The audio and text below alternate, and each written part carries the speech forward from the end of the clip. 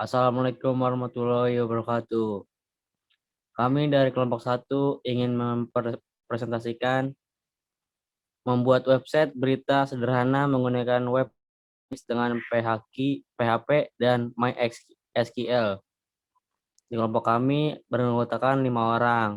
Yang pertama, Aristio Bimo Prayogi, kedua, Raditya Dirham Satria, ketiga, Kausaris Rajani, keempat, Saptian Dwi Haryanto, kelima, Tongam Kevin Rumahorbo.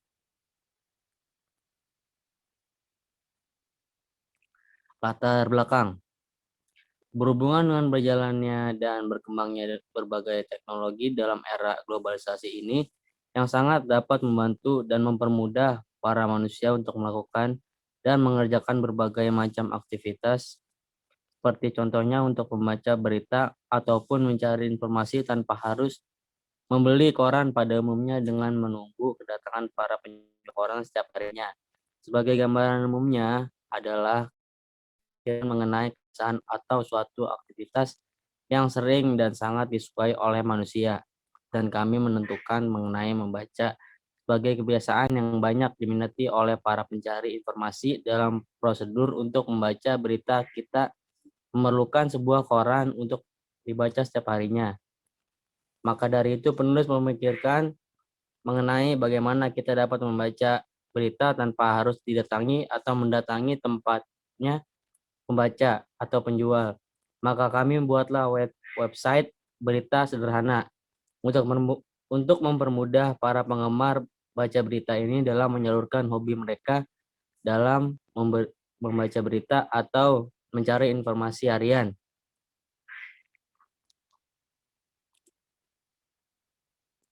Maksud dan tujuan: mempermudah bagi para penggemar baca berita untuk mencari informasi bacaan tiap harinya. 2. Mempersiapkan program siap saing di tanduk era globalisasi. 3. Memudahkan pembaca dalam mengontrol kategori berita yang akan dibaca. 4. Menunjukkan portal berita secara lengkap tanpa harus membeli koran yang begitu tebal. Sasaran program kami adalah para penggemar baca, khususnya wilayah Indonesia, serta para penggemar dari baca koran untuk dipakai dan dipergunakan sebagai permudah mereka dalam mencari informasi berita mereka ataupun pekerjaan mereka. Perumusan masalah. Masalah dalam program ini kami menyatakan memiliki masalah mengenai kurang lengkapnya rincian kategori, khususnya kategori berita yang seharusnya ada dalam portal berita, dan juga jangan kerapian input dan output berita dari database. Selanjutnya akan dilanjutkan oleh teman saya. Oke, di sini saya pengen lanjutin ngejelasin dari kelompok kami. Ini aku langsung aja ya. Di sini ada pengertian portal. Portal merupakan aplikasi berbasis web. Aplikasi ini menyediakan akses informasi online terdistribusi. Seperti yang sudah dilampirin, aplikasi ini dapat melalui pencarian di link situs khusus. Untuk memudahkan penggunanya, biasanya disediakan kemampuan pencarian dan pengorganisasian informasi. Jadi di situ kayak ada untuk cari berita yang akan dicari atau apa.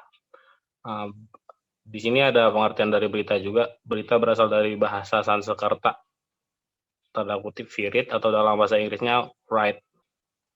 Sebenarnya berarti terjadi atau ada. Beberapa orang yang menyebut kata ini dengan kata vrita, yakni kejadian atau yang sedang terjadi. Sedangkan menurut Kamus Besar Bahasa Indonesia, berita adalah cerita atau keterangan mengenai kejadian atau peristiwa yang hangat. Berita merupakan bentuk laporan tentang suatu kejadian yang sedang terjadi baru-baru ini atau keterangan terbaru dari suatu peristiwa. Dengan kata lain, berita adalah fakta menarik atau sesuatu hal yang penting yang disampaikan kepada masyarakat orang banyak melalui media. Oke, di sini aku pengen jelasin juga sedikit tentang network. Network adalah sistem komunikasi data yang melibatkan alat dan sistem komputer yang dihubungkan dengan jalur transmisi dan komunikasi membentuk suatu sistem. Aku jelasin secara gampang. Jadi mungkin kalau network itu kayak sebuah jaringan untuk kita mengakses beritanya. Di sini ada web server, adalah komputer yang mengirimkan halaman-halaman web. Setiap web mempunyai alamat IP dan nama.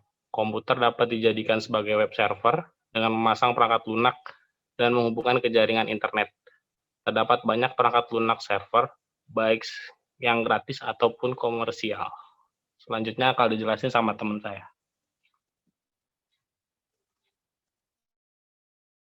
Oke, saya di sini melanjutkan dari teman saya. Di sini ada bahasa pemrograman PHP. Apa itu PHP? PHP juga disebut juga dengan Hypertext Preprocessor, sebuah kepanjangan rekursif, adalah bahasa pemrograman skrip yang paling banyak dipakai saat ini. PHP banyak dipakai untuk pemrograman website, walaupun tidak tertutup kemungkinan untuk digunakan dalam pemakaian lain. PHP merupakan salah satu bahasa server subscripting yang disisipkan di antara bahasa HTML untuk membuat halaman web yang dinamis. Karena bahasa berbasis server set, maka PHP akan diproses di server, sehingga yang dikirim ke web browser adalah hasil bentuk HTML dan kode PHP tidak akan terlihat. Salah satu fungsi dari PHP adalah yang pertama menerima, mengolah, dan menampilkan data dari dan ke sebuah website. Di sini juga ada database MySQL. MySQL merupakan hasil buah pikir dari Michael Monty Widenius, David Axmat, dan Alan Larson yang dimulai pada tahun 1995. MySQL merupakan sebuah perangkat lunak sistem manajemen basis data SQL atau DBMS, tidak sama dengan proyek-proyek seperti Apache, di mana perangkat lunak dikembangkan oleh komunitas umum dan hak cipta untuk kode sumber yang dimiliki oleh penulisnya masing-masing.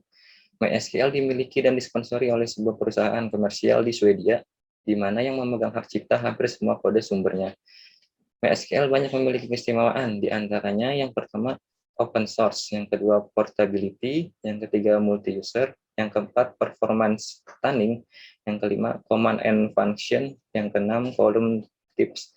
Dan juga berikut ini beberapa perintah dalam menggunakan MySQL, di antaranya yang pertama menampilkan database dengan cara show database, yang kedua membuat database baru dengan cara create database, yang ketiga memilih database yang akan diinginkan dengan cara use database, yang keempat menampilkan table dengan cara show tables, yang kelima menghapus table dengan cara drop table, yang keenam menghapus database dengan cara drop database. Di sini juga ada flowchart atau diagram alir. Apa itu flowchart? Flowchart merupakan bagian yang menunjukkan arus pekerjaan secara keseluruhan dari sistem. Bagian ini menjelaskan urutan-urutan dari prosedur-prosedur yang ada di dalam sistem dengan menggunakan simbol-simbol. Selanjutnya ada juga Entity Relationship Diagram atau ERD. Ini berisikan komponen-komponen himpunan entitas dan himpunan relasi yang masing-masing dilengkapi dengan atribut-atribut yang mempresentasikan seluruh fakta yang ditinjau. Ada pula kami menggunakan SAM. Apa itu SAM? SAM merupakan web server yang memungkinkan kita menjalankan website dari localhost. Website bisa kita kelola dari komputer kita secara offline sebelum web nantinya diunggah ke hosting sehingga dapat diakses oleh pengguna internet. Selain itu, di dalam paket aplikasi SAM telah tersedia database MySQL yang bisa kita manfaatkan untuk pengelolaan manajemen basis data di aplikasi web yang kita buat. Selanjutnya, di sini juga ada pun data flow diagram yang kami buat di berita portal, ialah yang pertama itu admin, terus dikirim ke informasi, terus ke pengunjung. Di dalam informasi ke pengunjung ini ada informasi terbaru dan juga feedback atau komentar. Yang di sebelah kanan ini ada admin, terus kita disuruh mengisi informasi, masuk ke halaman admin, terus diupload ke D1 informasi, terus kedua halaman utama atau depan web ke informasi terbaru. Seperti itu. Selanjutnya akan dijelaskan oleh teman saya.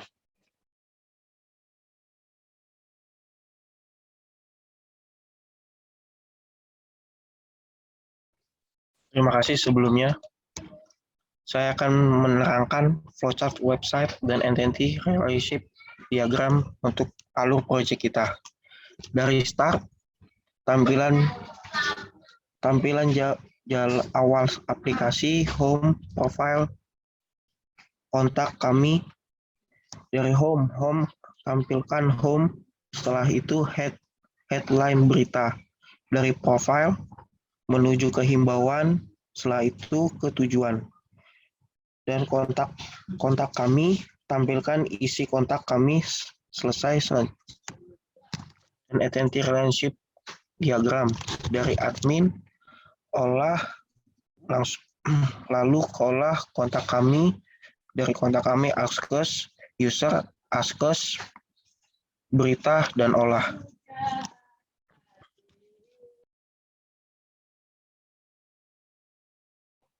Di sini saya akan menerangkan tabel artikel dan tabel kategori.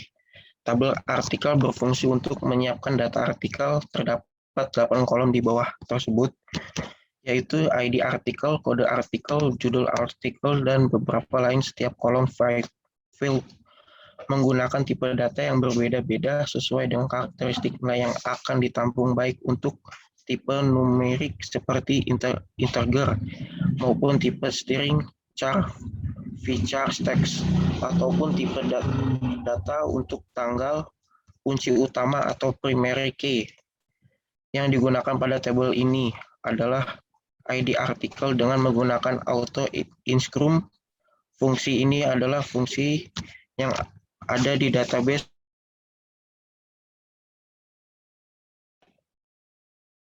Fungsi ini adalah fungsi yang di database yang memungkinkan untuk membuat angka untuk secara otomatis dan teruntuk setiap kali ada record baru yang dimasukkan ke dalam tabel tersebut. Selanjutnya tabel kategori. Tabel kategori adalah untuk menyimpan data kategori yang terdiri dari 3 kolom, ID kategori sebagai kunci utama bertipe integer, nama kategori, dan gambar kategori bertipe varchar. Selanjutnya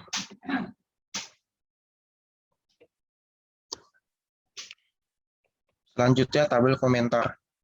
Tabel komentar berfungsi untuk menyimpan data komentar dengan memiliki 6 field kolom seperti pada tabel di bawah ini. Tabel pertama ID komentar dengan tipe int dalam kurung 11, keterangan primary key auto increment. Yang kedua, kolom ID artikel dengan tipe int dalam kurung 11, keterangan not null. Yang ketiga, kolom nama tipe feature dalam kurung 5G. Kolom keempat, email dengan tipe feature 5G. Kolom isi komentar dengan tipe teks. Yang keenam, status komentar bertipe int dalam kurung 11 not null. Selanjutnya, tabel pengguna. Tabel pengguna berfungsi untuk menyimpan data pengguna aplikasi. Dalam hal ini adalah administrator. Fungsi lainnya adalah sebagai validasi login ke aplikasi. Jadi hanya admin yang memiliki data yang tersimpan di tabel pengguna lah yang bisa masuk ke aplikasi ini. Di bawah ini ada 8 field atau 8 kolom ID pengguna utama dengan tipe int dalam kurung 11, keterangan primary key auto increment. Kolom kedua, kode pengguna dengan tipe char dalam kurung 9, keterangan not null dalam koma kuning. Ketiga, nama pengguna dengan tipe feature. Kolom keempat, email dengan tipe feature dalam kurung 35. Kolom kelima, nomor telepon dengan tipe char 14. Kolom keenam, user feature 50 dengan bertipe 50 not null. Password tipe feature 100 not null. Status tipe int 11 not dengan keterangan not null.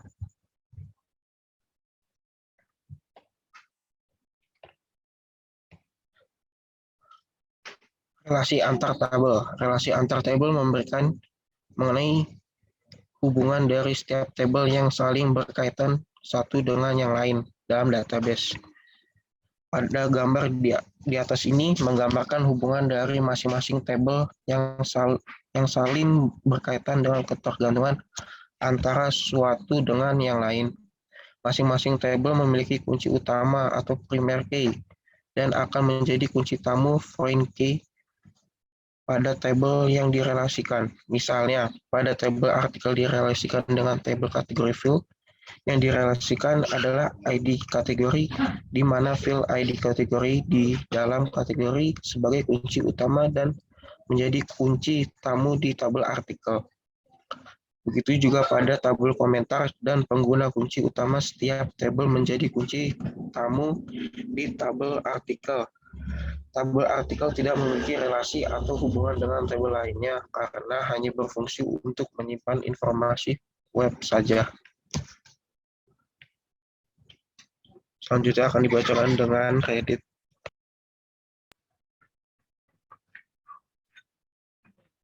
Oke, terima kasih sebelumnya untuk Bimo. Dan di sini ada halaman login digunakan untuk admin masuk ke dashboard aplikasi. Seperti gambar di bawah ini. Di gambar bawah ini ada kita bisa menginput username dan password. Dan untuk saat ini hanya bisa input lewat localhost. Karena di sana ada tabel user dan kalian bisa menambahkan atau menginsert data admin di sana. Selanjutnya. Nah, di sini ada halaman kategori dan tambah kategori. Merupakan halaman khusus untuk admin menambah jenis kategori artikel di dalam website seperti gambar di bawah ini. Di sini ada teknologi dan wisata dan lain-lainnya. Untuk membuat kategori ini, kita tinggal mengklik tombol tambah kategori dan akan muncul form seperti ini. Ada nama kategori, gambar deskripsinya, tinggal dipilih gambar, masuk ke explore kita, tinggal klik tambah, selesai. Selanjutnya, halaman artikel dan tambah artikel. Di sini ada beberapa fitur, ada beberapa kolom tabel, ada gambar, judul, kategori, tanggal diterbitkan, serta status apakah artikel tersebut dipublish atau tidak. Admin dapat melakukan operasi CRUD pada setiap artikel yang diterbitkan. Sama seperti yang tadi, untuk membuat artikel, kita tinggal mengklik tambah artikel, dan akan muncul formnya seperti di gambar sebelah kanan. Sama dengan tadi, tinggal di-publish atau tidak. Selanjutnya, halaman pengguna atau admin. Halaman untuk admin dapat menambahkan admin yang lain, sehingga pengelolaan data tidak hanya satu orang saja, tapi bisa dari beberapa orang. Nah, di sini untuk menambahkan admin, bisa juga lewat sini, selain dari localhost yang tadi. Bisa juga lewat admin di fitur admin ini. Caranya tinggal mengklik tambah admin, dan akan muncul form seperti gambar di sebelah kanan ini. Tinggal diisi aja nih, tinggal diinputin semuanya. Klik, kalau sudah tinggal klik tambah. Selanjutnya, ini ada fitur profile. Ini hanya untuk mengganti nama aja nih, mengganti nama website kita apa. Kan kalau ini kan namanya beritaku. Nah, itu bisa juga tuh diganti-ganti. Misalkan berita lu, gitu kan bisa. Tinggal dipencet aja ini ubah, terus bakal keganti kok. Selanjutnya, ini ada kolom komentar dan tambah komentar. Merupakan tanggapan yang diberikan oleh seseorang mengenai suatu hal, yang dapat meliputi pendapat, kritikan, ataupun saran. Dan untuk menambahkan komentar, carilah sebuah artikel yang ingin Anda komentari. Nah, jadi kalian tinggal mengklik artikelnya yang kalian pengen baca, terus di paling bawah nanti ada form untuk kalian meninggalkan komentar. Ada di paling bawah, seperti di gambar sebelah kanan. Kita tinggal diisi semuanya, apa yang ingin Anda komentari, terus kirim komentar, ntar komentar Anda akan muncul di sini, di gambar yang sebelah kiri. Begitu. Selanjutnya. Nah,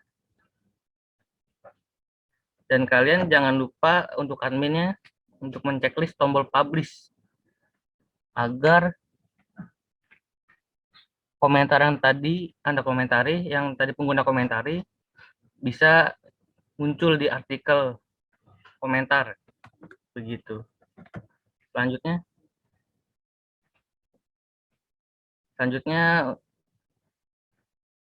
Bang Tongam.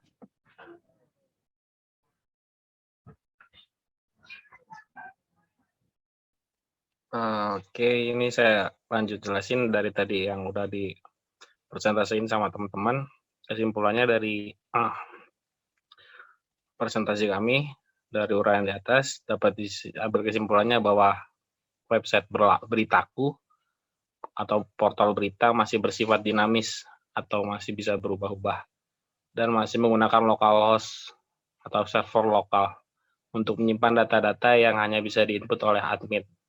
Untuk kedepannya harapan kami bisa lebih kembangbiakan nanti diperbaiki lagi untuk website kami untuk kedepannya harapannya. Selanjutnya boleh. Di sini ada saran berdasarkan kesimpulan dari hasil penelitian ini dapat disarankan hal berikut ini. Website masih kurang interaktif karena masih berupa website yang hanya menampilkan bagian adminnya saja. Website ini masih belum menggunakan hosting yang kedua. Oke. Boleh selanjutnya. Oke, sekian dari presentasi dari kelompok kami. Mohon maaf kurang lebihnya. Bapak dosen, kalau misalnya ada suatu kata-kata yang salah atau saat presentasi kami kurang bahan pembahasannya atau materinya kurang juga bisa dimohon maafkan untuk lebih ditambah masukannya Pak. Oke. Kurang lebihnya mohon maaf. Kami ucapkan Assalamualaikum warahmatullahi wabarakatuh. Waalaikumsalam warahmatullahi wabarakatuh.